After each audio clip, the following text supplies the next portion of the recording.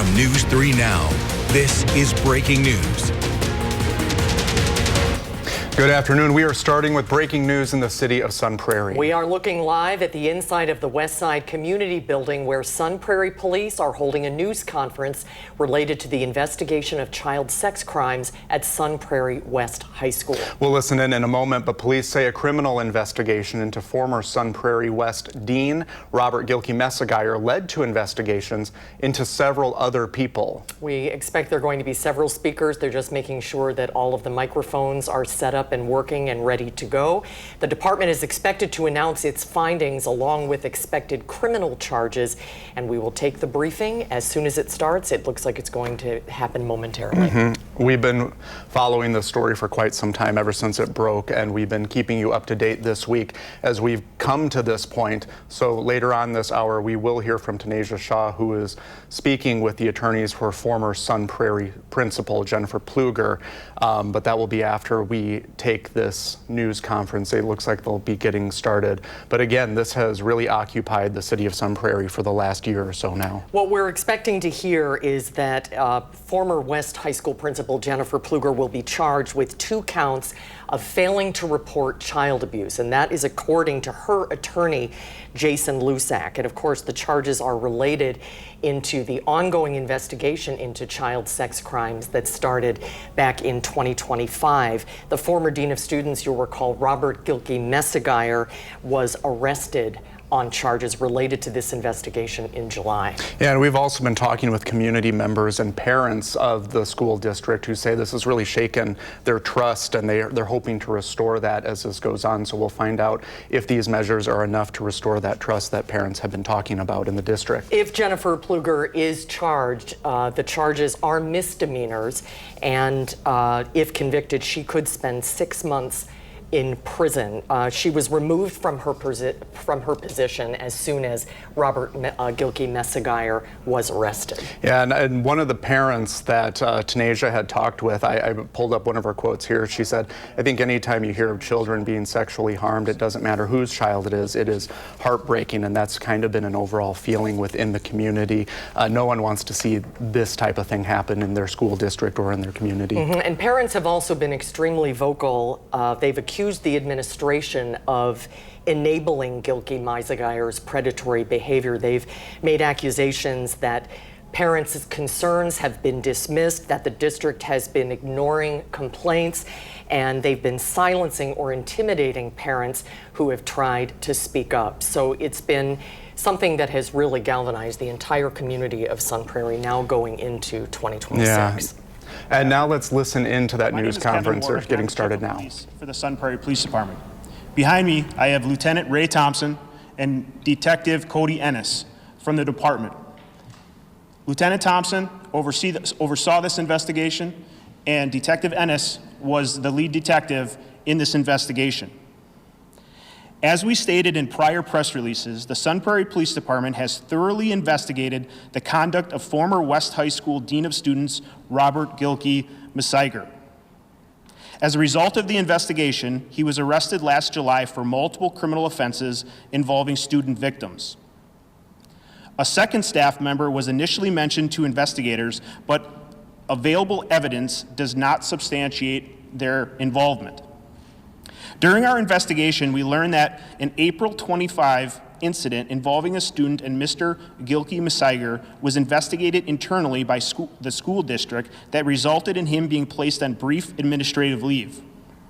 This incident was not reported by district staff to either the Sun Prairie Police Department or the Dane County Child Protective Services as mandatory reporting laws require. This incident has shaken our community. Protecting children is not a priority, but it is our duty.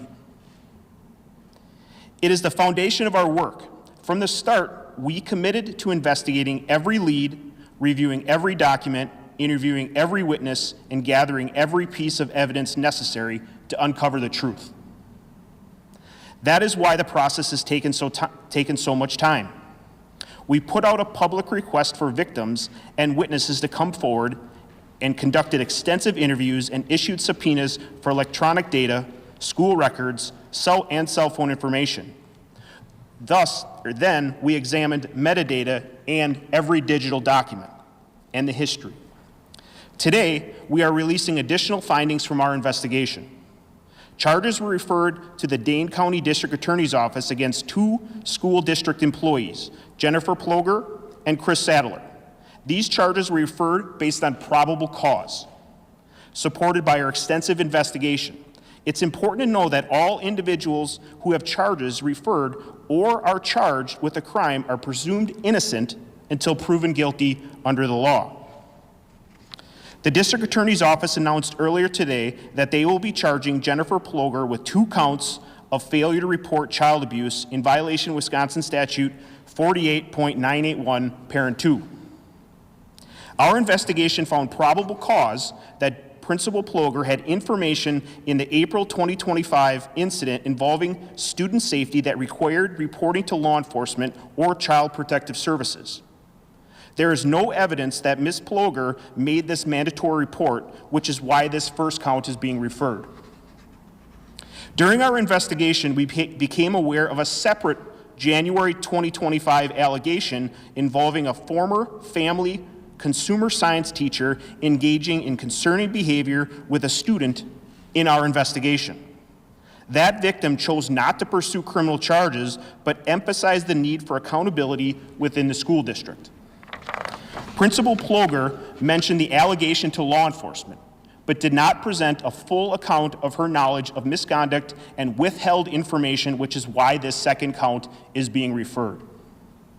In addition to the charges against Jennifer Ploger, the Sun Prairie Police Department also referred charges to the Dane County District Attorney's Office against Chris Sadler for failure to report and misconduct in public office. Following this internal review, an additional interview with Mr. Sadler was conducted. Based on this information obtained during that interview, the charge of misconduct in public office was subsequently withdrawn. The District Attorney's Office has informed us that after reviewing our referral, they will not be charging Mr. Sadler with failure to report at this time. Wisconsin law is very clear. When abuse or neglect is suspected, reported to law enforcement or Child Protective Services is mandatory, not discretionary. There were additional serious concerns uncovered in this investigation that are not criminal, but nonetheless troubling. Many of those concerns were outlined in Attorney Hall's report.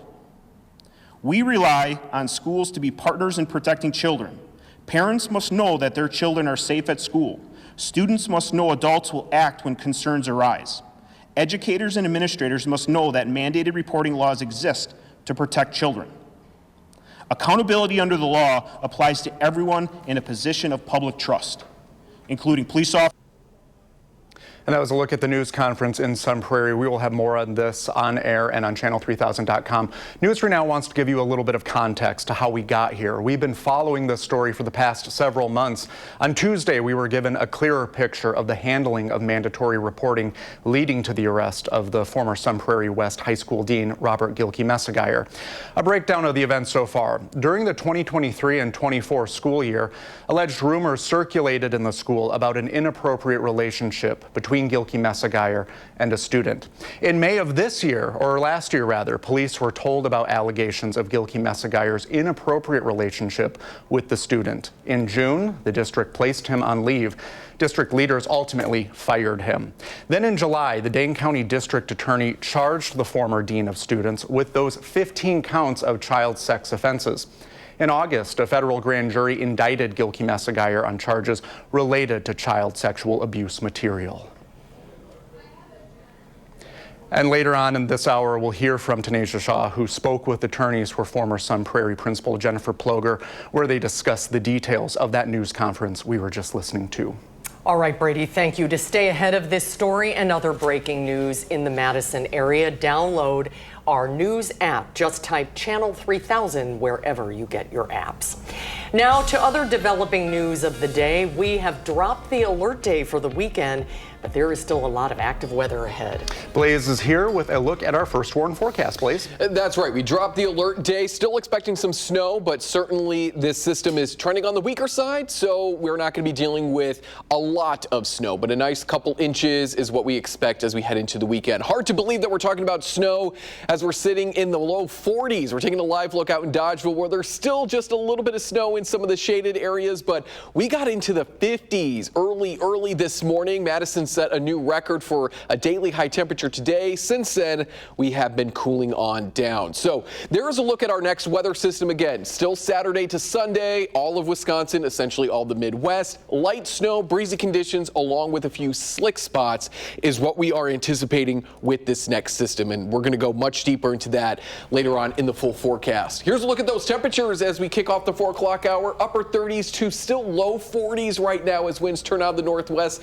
Certainly does not feel like we are nearing the middle of January with these temperatures, but we are going to start to more or less feel like winter again this weekend. As I mentioned, we'll talk about that upcoming snow in the full forecast. It does not feel like January 9th today, that's for sure, Blaze. Thank you. Now to more news on an active Friday afternoon. Tomorrow night's Packers-Bears game. Go Pack Go, we're dressed for the event. It'll be the third time the two teams have met in 34 days. The biggest Packers fans right here. News 3 Now sports director Andrew Banstra and sports reporter Nash Dara are live in Chicago ahead of tomorrow's Packers playoff game. Hey, Andrew. Hey, Brady and Susan, welcome into the Windy City. We're a couple miles from Soldier Field right now at Will's Northwoods Inn, which is a safe haven of Packer fans here in Chicago that are having a pregame pep rally right behind me. Let's talk about those Packers. If it felt like they limped into the playoffs, it's because they did. They're just the fourth team in NFL history to enter the postseason on a 4-game losing streak. It's an ugly statistic that the Packers are not hiding from, while also recognizing they're still the same Green Bay squad who were once a Super Bowl favorite, working day by day to earn that right back, a win at a time. I mean, I think the number one, message this week is just to embrace this. We get an opportunity to write our own story going into it, regardless of, seeding, all that. I mean, we got our foot in the door. We got to find a way to force our way through. But, we're definitely excited. I don't think we're ever going to look at, ourselves as the underdog. We got ourselves, to this point.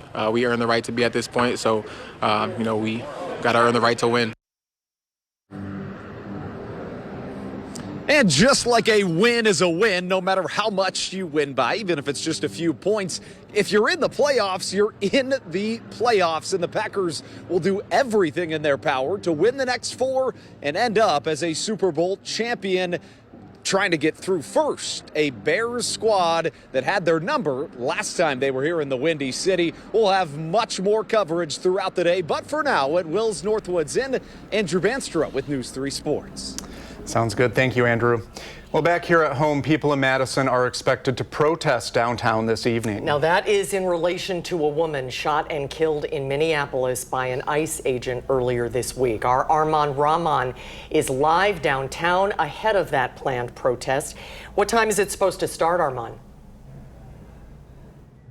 That's right, Brady and Susan. That demonstration and candlelight vigil is expected to take place at 5 p.m. here at the top of State Street in front of the Capitol. It's been organized by the organization Voces de la Frontera, as well as organizations under the Dane County Rapid Response Network. They say they're joining protests around the country calling for solidarity after Renee Good was shot and killed by an ICE agent inside of her car in Minneapolis. I already seen a couple of people coming up with signs and megaphones already. Some signs saying honor Good, other signs saying resist ICE and abolish ICE. So again, these are joining calls around the country for this, expressing their concerns, their displeasure, and their hopes that ICE exits the cities that they're occupying around the country here. We'll be here throughout the evening monitoring that protest as it comes, and we'll bring you the latest here on News 3 Now and Channel3000.com. For now, reporting live in downtown Madison, Armand Rahman, News 3 Now. All right, Armand, thank you. Next on Live at 4, we're getting an inside look at what we can expect at this year's Joey's Song Music Festival. And then Josh Sprider has a preview of this weekend's Home Expo at the Monona Terrace. Then Portland, Oregon is launching an investigation into a situation where 2 people were wounded by ICE agents, all while protesters are facing off with federal agents after a woman was shot and killed in Minneapolis. And then Blaze is back with why we dropped an alert day for tomorrow and why you should still keep an eye out for road conditions. You're watching News 3 Now, live at 4. In the 608, the Madison Home Expo starts today, kicking off a whole new year of events in Dane County. Josh Sprider is at the Monona Terrace with a sneak peek. The Madison Home Expo is officially underway here at the Monona Terrace. This is 3 days of an opportunity for you to come meet with builders, folks that are going to help you renovate your home. And also, if you have a color problem, you're trying to figure out those colors, we have just the pair that is going to help you. We have a mother-daughter duo joining us today, Lori and Julia. Lori, I want to start with you. You're with Lori Lundgren Color and Design. What's your business all about? We do paint color consulting and design consulting, helping clients through all their color and design decisions, whether it's painting one room or a whole new build. And this expo you've been a part of for 25 years, so you've been able to connect with a lot of local folks. Yes, it's just been wonderful. It's every year we enjoy meeting homeowners in person. For the homeowners, they get a chance to come out here and go through the booths and see all these local companies that maybe they've heard on the radio or seen on TV ads. They get to meet them in person. It's great. And not only do you get to connect with these folks at the booths, there's also free seminars that, Julia, you're a part of. Yes, I am. I'm with a group of local experts who will be presenting free seminars to all the attendees. This year, our seminar is titled Secrets Revealed, the Top 10 Mistakes When Choosing the Perfect Paint Color and then How to Avoid Them. You can also expect a lot of fun here at the Expo. These businesses getting unique in connecting with you at home. Another business here is Brandon Lang of Lang Lighting and Decor. Brandon, good to see you. Yeah, good to see you too. So tell us about your business. Yeah, so we actually just finished up our 8th season. We started off as a holiday lighting company, and then now we're starting to offer more services like the permanent roof line lighting, the color changing. We also offer landscape lighting and now the new outdoor audio as well. So we're really excited to showcase some of these products for you guys. You know, you're starting to see more of this outdoor lighting, and you've kind of got a little bit of a showcase for us here. This is super easy and super cool. Yep, so right now we kind of got Green Bay Packer colors going on. As you can see, it's kind of changing the roofline lights, but we can actually come in here and we can decide, let's do, what does it have for President's Day? That's coming up pretty soon. We'll apply effect, and now we're going to do an alternating red, white, and blue pattern. It's loading? Yeah. Oh, look at that. So here we go. This is awesome, and you're a family business too, so for you to be able to connect with local folks, that has to be pretty special. Yeah, I think it's great. I mean, we started the business down in Oregon, Wisconsin, local to Dane County. We do go as far as Milwaukee, but it's actually really nice because some of our customers actually come through here for the home show, so they'll stop, they'll be like, oh my God, the lights look great this year. It's really nice to connect with some of our own customers, new customers, and then also business owners as well. I love that. Brandon, thanks for your time today. We appreciate it. You bet. And if you'd like to learn more about the Madison Home Expo, again, it runs today, tomorrow, and Sunday. We have all the times on channel3000.com. The best part, tickets are just $5. 18 and under, get in free. At the Monona Terrace, I'm Josh Sprider, News 3 Now.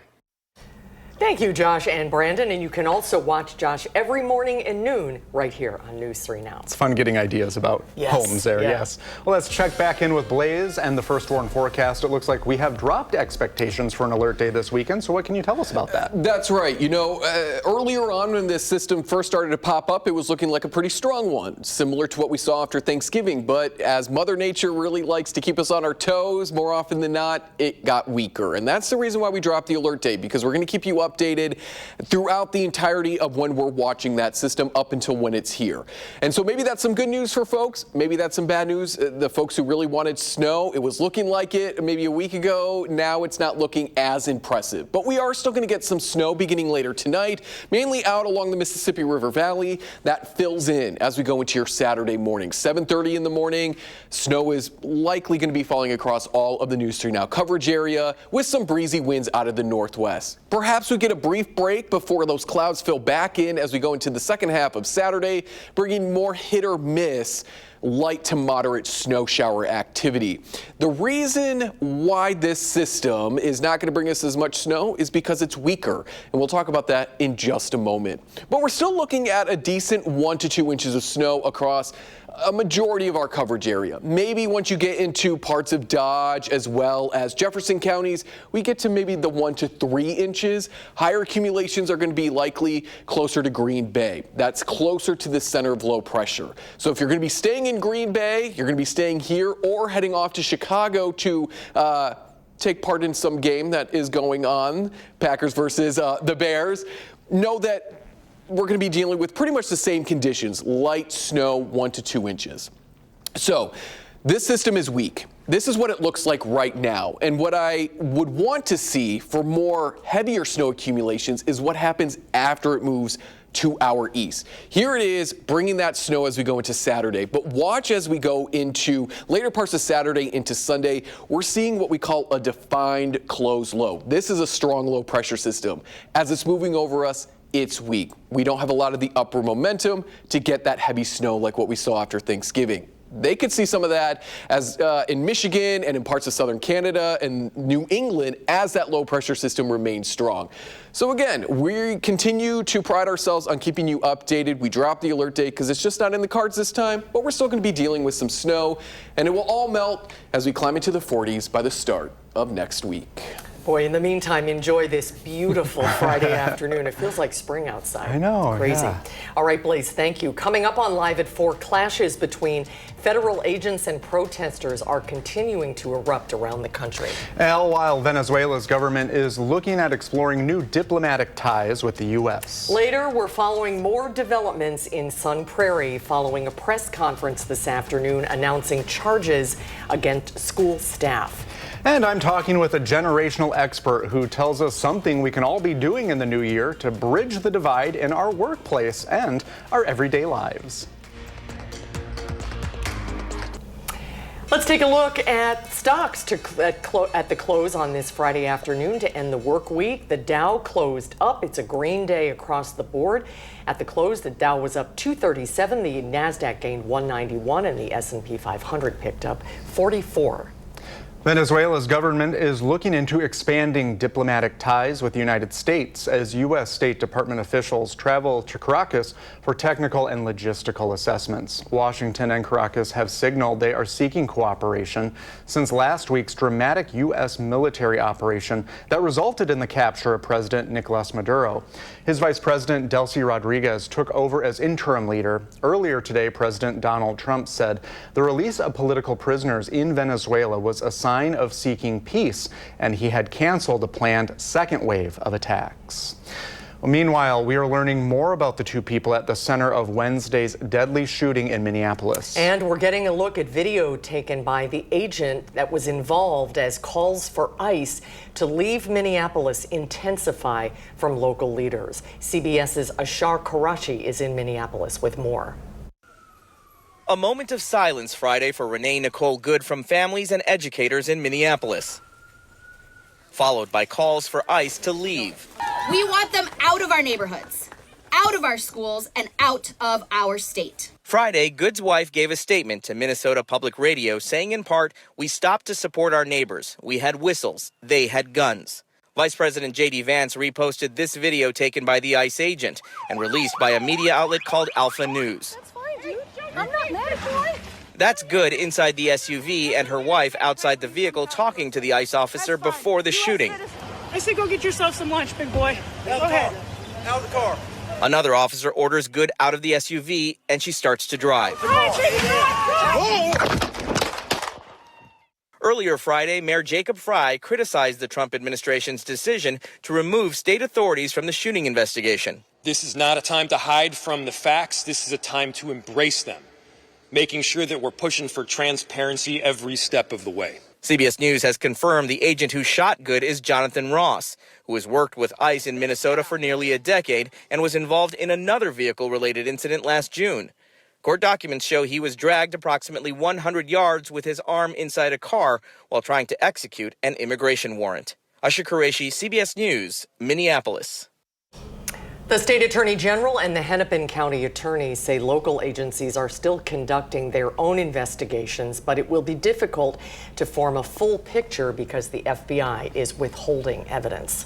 Authorities in the state of Oregon are investigating a shooting that involved federal agents in Portland yesterday. Officers shot and injured a husband and wife during a targeted vehicle stop. Police say both were criminal illegal aliens and associates of the Venezuelan Tren de Aragua gang, adding the couple weaponized their vehicle against Border Patrol. Local leaders are calling for calm and demanding ICE and Border Patrol halt operations in the city of Portland until an investigation is complete. Portland is not a training ground for militarized agents. We do not need you. You're not welcome, and you need to get the hell out of our community. Demonstrators are planning to gather again outside the ICE facility in Portland in the wake of the shootings. Coming up on Live at 4, we'll bring you continuing coverage out of Sun Prairie. Earlier this hour, police announced charges against multiple staff members, and we're showing you those charges, and we hear from an attorney for the accused. Then we're checking in with Nash and Andrew. They're both in Chicago tonight ahead of tomorrow's Packers-Bears game. We'll tell you how Packer fans are getting ready for the game the night before. And Blaze has the first warn forecast. We saw some heavy rain last night, and you know what? Some snow is expected tomorrow. He'll show us what's on the radar.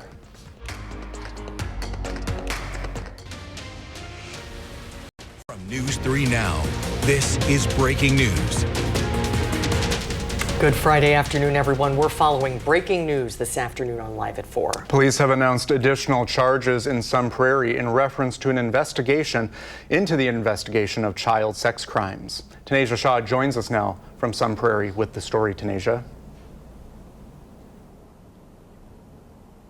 Hi, Susan and Brady. The biggest news that we just learned from the Sun Prairie Police Chief is that Jennifer Ploger, the former principal of Sun Prairie West, will face 2 counts of failure to report child abuse. And one of these is stemming from the Robert Gilkey Messiah sexual misconduct charges that happened in 2025. But we also just learned that there will be there's another case with a teacher who will not face criminal charges because the victim involved in that case did not want to. However, before any of this even happened, Jennifer Ploger's attorney held a press release and talked just hours beforehand.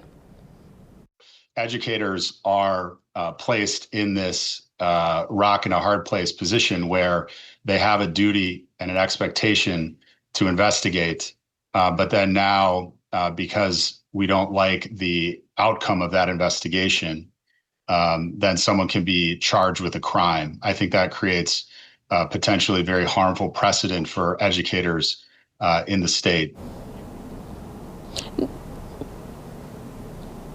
Now, it's important to note that Sun Prairie Police has been investigating Robert Gilkey Messiah's charges since last summer. However, they have these charges because of the independent investigation that came out earlier this week from the Sun Prairie Area School District's their own investigation. Now, they also wanted to charge the person over Sun Prairie's Human Resources, Chris Sadler, but those charges did not go through, so he will not be charged, at least as of right now. And I will have more throughout the evening. This is a lot to go through. I talked to parents here. I talked to the police chief. We have a lot to go through. We will continue to cover these breaking news tonight and throughout the evening. Tanisha, thank you. And we will continue tracking that story through the day on News 3 Now and Channel3000.com. Let's turn our attention to our first warn forecast. The weather team has been tracking active weather this weekend. Blaze Keller is here with more. That's right. What was once looking like an alert day is now looking like just another round of snow that we're typically used to here across Wisconsin. We got some folks out on Lake Mendota still trying to get some ice fishing in while it's 41 degrees and those winds are lighting out of the southwest. Again, if you are going to be venturing out on the ice, please make sure that it is at least 4 inches thick. That is kind of the threshold to at least keep you from falling in. However, no ice is 100% safe, so please keep that in mind, especially with these warmer temperatures. That ice is likely starting to thin. Speaking of warm temperatures, we got to 52 degrees last night. That's the 4th warmest high temperature recorded in Madison on January 8th. And this morning, right after midnight, we got to 56 degrees, the new record high temperature for today's date, January 9th. Here's a look at those high temperatures across southern Wisconsin as we cross the midnight hour. these are not real. We did not get into the 80s and 90s, but you can see the 40s and even the 50s that we got to as that system that brought all that rain moved on through. Now we're tracking snow, and we'll talk more about that, how much we could see in the full forecast. Thank you, Blaze. Well, the Packers pep rally is preparing for tomorrow night. It's well underway right now. Nash Dara and Andrew Banstra are out getting ready for the big game tomorrow night, and Nash joins us live from Chicago with the latest. Nash? The Packers have entered the playoffs for the third straight consecutive season. Green Bay has entered all of these matchups as the 7 seed entering the wild card round, the first round of the playoffs, and this year is no different. However, the ending of the regular season was a little bit different compared to some of the rest. The Packers have lost 4 straight in a row, and their decision to rest their starters in Week 18 matchup, the message has never been more clear. It is time to win now. In recent history, it seems as if the Packers have been in contention of a Super Bowl every year, but for the green and gold, that appearance has never been more than apparent now. Packer fans expect a playoff game each season, but are now at a point where they want more, and it all starts with tomorrow night's matchup against their arch rival, Chicago Bears. This organization, I feel like, has been spoiled for so long. A lot of people that's been here, you know, they so used to going to the playoffs and, you know, having at least a chance that they don't really, you kind of like get numb to the feeling of this opportunity, you know, and me not being able to do that. And I just reiterated to the guys, man, like, these is the moments that we dreamed of our whole life since we was a little kid, wanted to play in these type of situations.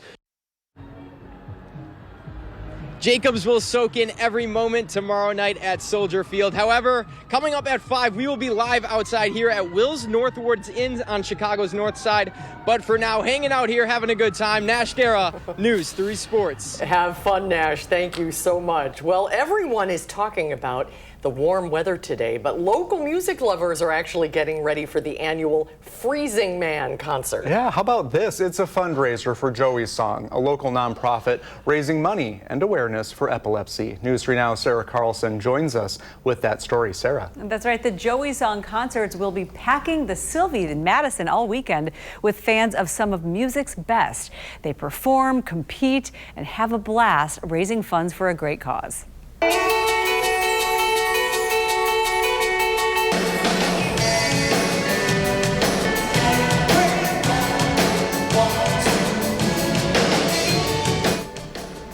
We'll get that song in your head. It's a good one. A sample from Tears for Fears frontman Kurt Smith with an old favorite. Joey's song includes dozens of Grammy winners and Hall of Famers, including members of Garbage, Silver Sun Pickups, The Bangles, Guns N' Roses, Goo Goo Dolls, The Go-Go's, Letters to Cleo, Soul Asylum, and more. The beloved Wisconsin comic Charlie Berens is also headed on stage Saturday.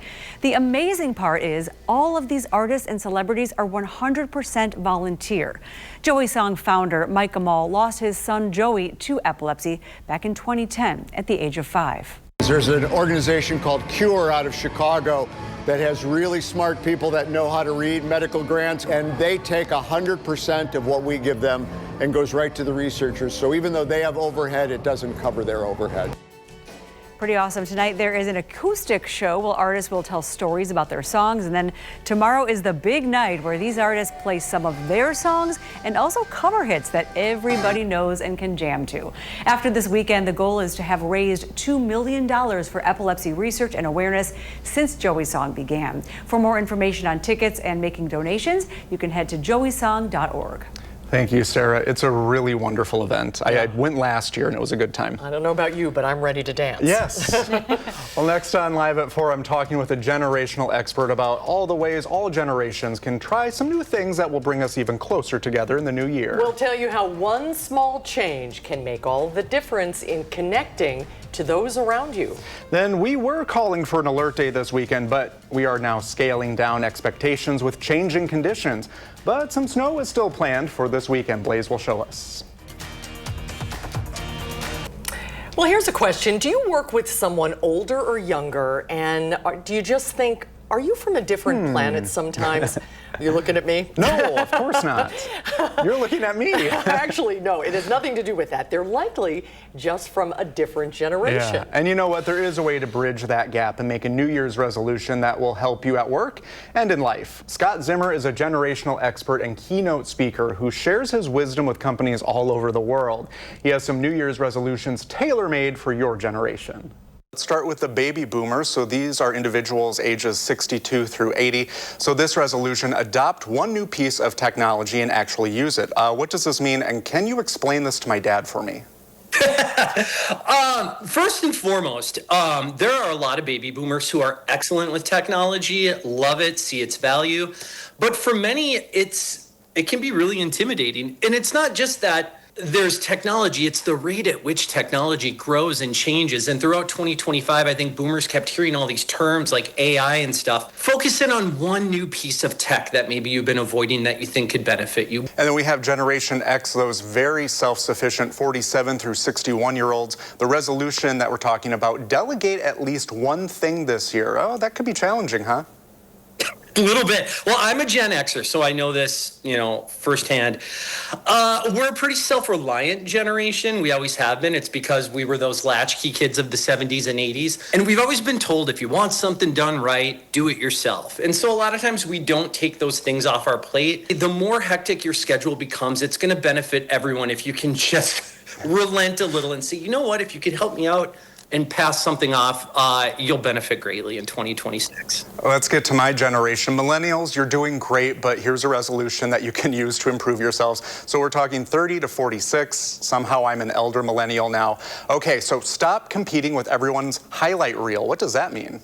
For millennials, I want in 2026 to really hone in and focus on progress over perfection. When our LinkedIn and Instagram shows other people's successes, it can be easy to really fixate on that.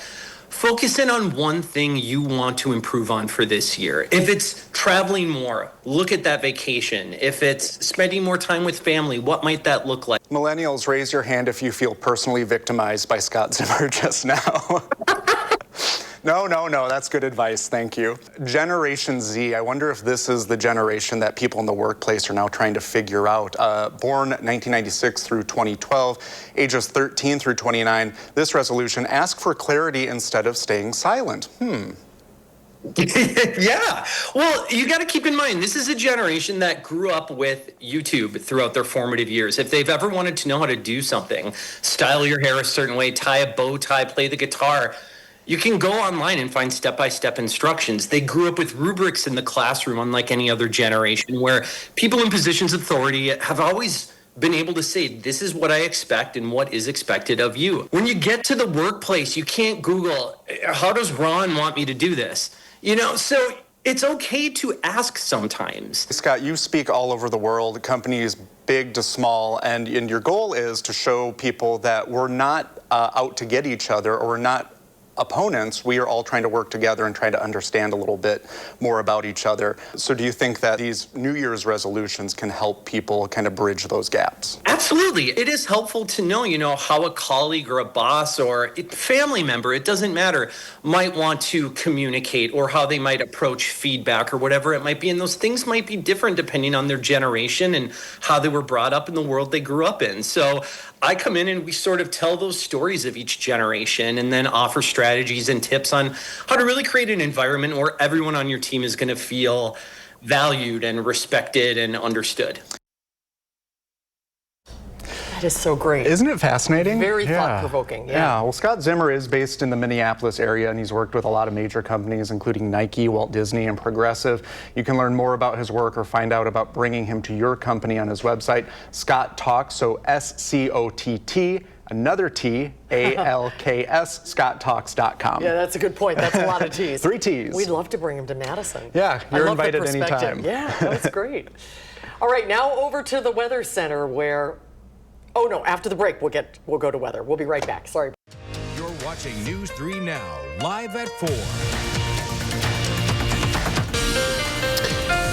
Well, we are tracking some snow. Hard to even get your mind maybe back into the fact that we're in January when we got into the mid-50s this morning, dealt with heavy rain last night, but we are still chugging our way through January, and that means snow and cooler temperatures are in the forecast, especially for Saturday. That system trending weaker, so we're expecting snow, but not as heavy as what maybe we were thinking earlier on when it popped up in our models about a week ago, or maybe what some folks were hoping for. I know we really could use a decent amount of snow on the ground, but we'll get about 1 to 3 inches out of this system as it moves on through. Morning activity maybe giving us a break as we head into the mid-afternoon, and then more scattered hit or miss, light to moderate snow showers move in for Saturday.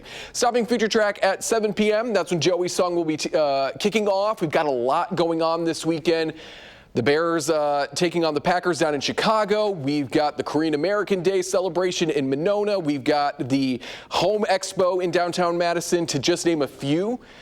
More or less in the morning, you're going to be dealing with that kind of constant snow. In the afternoon, it's going to become hit or miss. But you can always get the latest road conditions by heading over to our website before hitting the roads. As I mentioned, 1 to 3 inches of that snow likely, but it's not going to be sticking around because temperatures are set to climb into the 40s by next Monday and Tuesday. However, I don't think we're going to continue to stay warm. We might be slipping back into more of those cooler temperatures for the second half of January. Got to even it out. We've been warm a couple of these last couple of days. We might be cooling on down to end January. That's what our extended forecast is looking like there. Here's a photo out of Sauk City. Mary capturing a bald eagle a few weeks ago, maybe looking for a meal. You can always send your latest weather photos by scanning that QR code, heading to our website, or even submitting them through our First Warn weather app. Did you know that most bald eagle noises in television are actually red-tailed hawks, because they have a much more fierce call than our bald eagle? There's a look at your 10-day forecast. 40s Monday and Tuesday, 20s as we head into next weekend. Coming up at 5, we continue to follow breaking news out of Sun Prairie. The new charges announced and what led up to them. And a protest is starting in downtown Madison. We're hearing about the community response to the woman killed by an ICE agent in Minneapolis. Thanks for watching Live at 4 today. We'll see you back here on Monday. You can always find us streaming 24/7 on Channel 3000+. News 3 Now at 5 starts now.